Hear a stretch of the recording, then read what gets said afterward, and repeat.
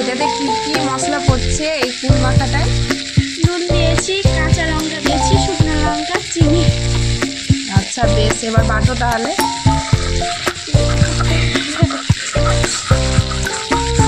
দেখো এটা বাটানো হয়ে যাবে, দিয়ে তখন মাখিয়ে খাবে।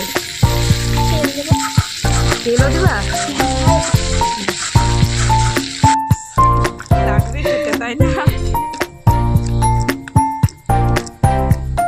দারুণ হয়েছে বলো, কি মাখাটা দারুণ।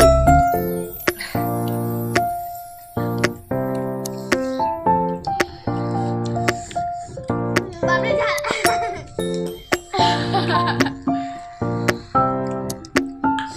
বন্ধুরা সবাই মিলে কুল মাখা খাচ্ছি, দারুণ টেস্ট।